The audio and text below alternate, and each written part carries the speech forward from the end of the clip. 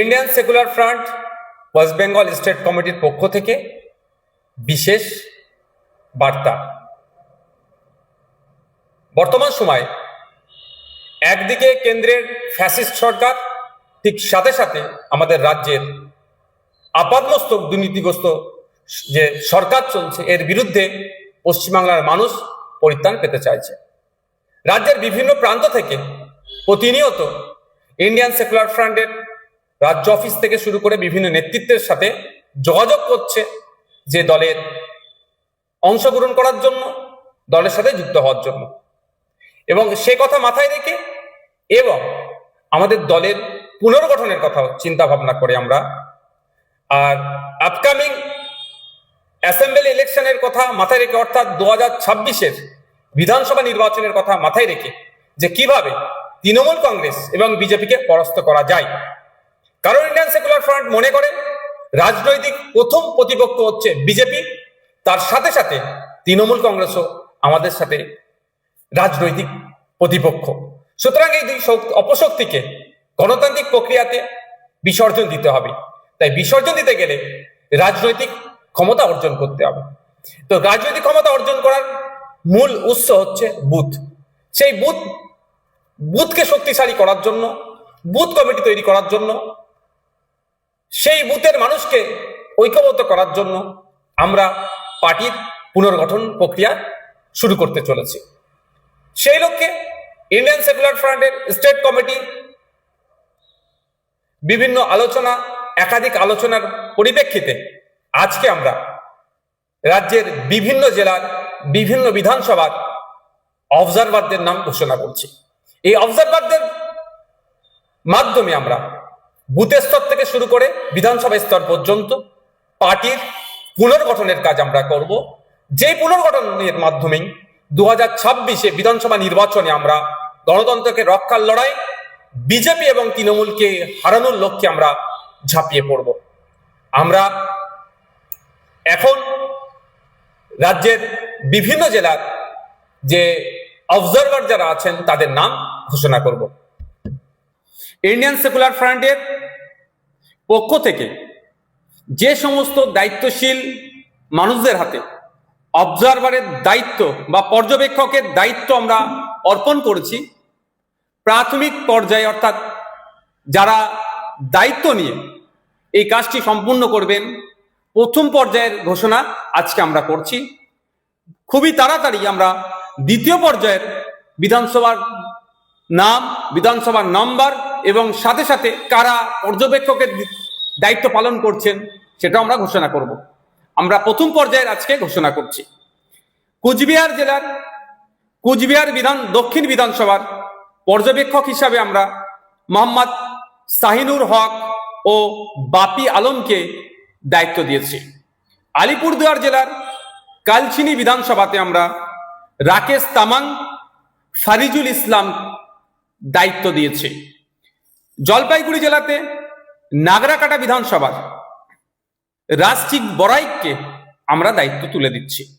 উত্তর দিনাজপুর জেলার করণদিঘি বিধানসভার অধ্যাপক বাপি সরেন ও আবু বক্কর সিদ্দিককে এই দায়িত্ব আমরা অর্পণ করছি। ইটাহার বিধানসভায় আনোয়ার হোসেন সাহেব এই দায়িত্ব পাচ্ছেন। মালদা জেলাতে চাঁচল বিধানসভায় মোহাম্মদ কামরুল হোসেন মুকুল, যার ডাক নাম, তার হাতে আমরা দায়িত্ব তুলে দিচ্ছি। মোথাবাড়ি বিধানসভার মোহাম্মদ আলী কালিমুল্লাহ সাহেব, সুজাপুর বিধানসভায় মোহাম্মদ কালিমুল্লাহ হক সাহেব। মুর্শিদাবাদ জেলায় যে সমস্ত বিধানসভার আমরা অবজারভার দিচ্ছি, ফারাক্কা বিধানসভায় আজমিরুল শেখ, সাগরদী বিধানসভায় সাইফুদ্দিন মন্ডল ও আব্দুর রাকিব, ভগবানগোলা বিধানসভায় হাবিব শেখ, রানীনগর বিধানসভায় আইনজীবী অলিউল ইসলাম সাহেব, মুর্শিদাবাদ বিধানসভায় রিন্টু শেখ, আজাদ শেখ, রেজিনগর বিধানসভায় গোলাম মোস্তফা, হরিয়ারপাড়া বিধানসভায় সনৎ কুমার শর্মা, রাশেদুল মন্ডল, দমকল বিধানসভায় সিদ্দিক শেখ, জলঙ্গি বিধানসভায় কারিউল ইসলাম, গোলাম রহমান বিশ্বাস, এরপরে আমরা নদিয়া জেলায় আসছি। নদিয়া জেলার যে সমস্ত বিধানসভায় আমরা প্রথম পর্যায়ের অবজারভার নিয়োগ করছি তাদের নামগুলি হলো: করিমপুর বিধানসভায় অমিত চক্রবর্তী, যাকে পাপ্পু নামে পরিচিত যিনি; পলাশিপাড়া বিধানসভায় মহিবুল মণ্ডল; চাপড়া বিধানসভায় ফরজ আলী মোল্লা, রমজান আলী মণ্ডল; হরিণঘাটা বিধানসভায় শফিকুল মণ্ডল।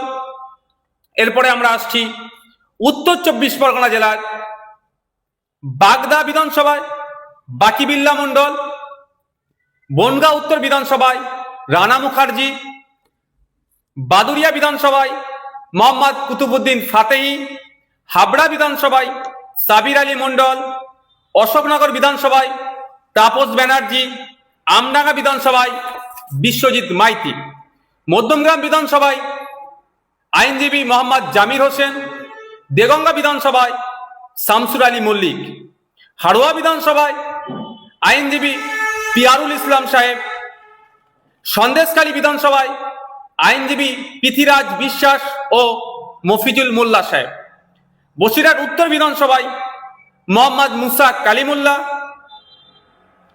দক্ষিণ 24 পরগনা জেলায় প্রথম পর্যায়ে যে সমস্ত বিধানসভার অবজারভার পশ্চিমবঙ্গ রাজ্য কমিটি এবং কেন্দ্রীয় কমিটি নিযুক্ত করেছেন তার নামগুলো আমি ঘোষণা করছি। গোসাবা বিধানসভার ক্ষেত্রে প্রশান্ত নায়েক; কুলতলি বিধানসভার ক্ষেত্রে শহীদুল ইসলাম মোল্লা; পাথর প্রতিমা আব্দুল গফফার মোল্লা; কুলপি আব্দুল মালেক মোল্লা; রায়দিঘি আব্দুল মালেক মোল্লা; মন্দির বাজার আমি মোহাম্মদ নওসাদ সিদ্দিকী; জয়নগর অনির্বাণ তলাপাত্র; বারাইপুর পূর্ব জয়দীপ গায়েন; ক্যানিং পশ্চিম গাজী শাহাবুদ্দিন সিরাজি ও মোহাম্মদ মোর্তজা খান; ক্যানিং পূর্ব গাজী শাহাবুদ্দিন সিরাজি; মগরাহাট পূর্ব কংসারী মণ্ডল; ডায়মন্ড হারবার আইনজীবী মোহাম্মদ শাহাদাত শাহ; সোনারপুর দক্ষিণ অনির্বাণ তলাপাত্র; ভাঙড় আমি মোহাম্মদ নওসাদ সিদ্দিকী। হাওড়া জেলার যে সমস্ত বিধানসভায় এবং যাদেরকে প্রথম পর্যায়ে অবজারভার হিসাবে নিয়োগ করছি তাদের নাম এবং বিধানসভার নামও আমি উল্লেখ করছি।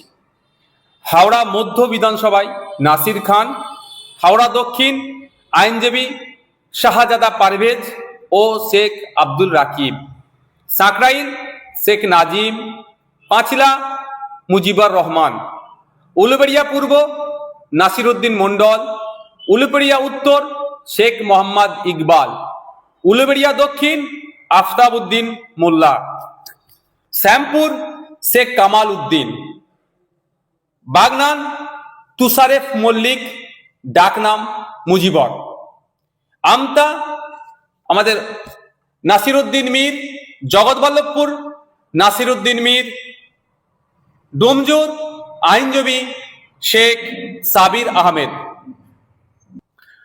হুগলি জেলার ক্ষেত্রে যে সমস্ত অবজারভার আমরা এবং যে সমস্ত বিধানসভায় আমরা নিয়োগ দিচ্ছি তার সেগুলি হলো: চণ্ডীতলা শাহরিয়ার মল্লিক; ধনেখালি জিয়াউর রহমান মণ্ডল মিঠু; তারকেশ্বর বাবু মিদ্দা; পুরসুরা সিরাজুল ইসলাম মিদ্দা; খানাকুল সাদ্দাম হোসেন।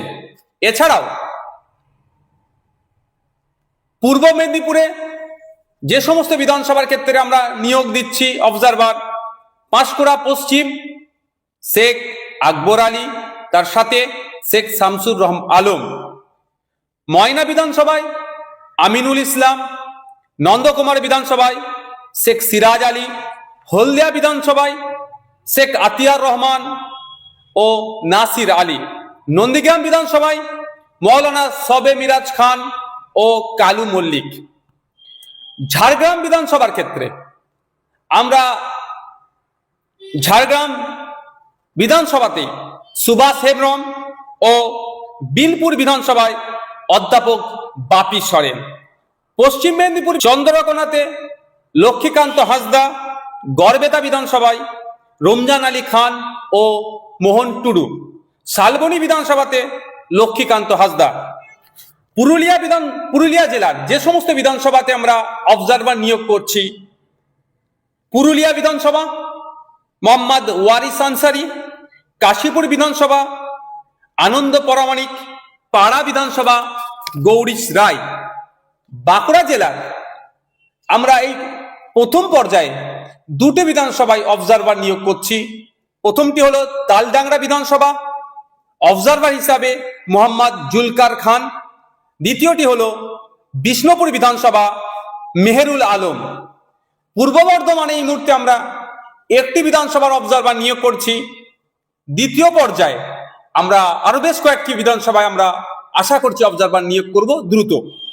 পূর্বস্থলী উত্তর মৌলানা জাকির গায়েন সাহেব। বীরভূম জেলার যে সমস্ত বিধানসভাগুলি আছে, প্রথম পর্যায়ে আমরা দুটি বিধানসভায় অবজারভার নিয়োগ করছি।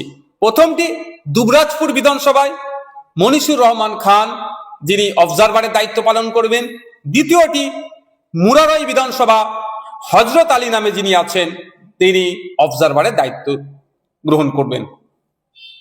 আমরা এই সমস্ত দায়িত্বশীল ব্যক্তিদের হাতে প্রথম পর্যায়ের যে বিধানসভা এবং বিধানসভার যারা দায়িত্ব নেবেন তাদের নাম ঘোষণা করেছি।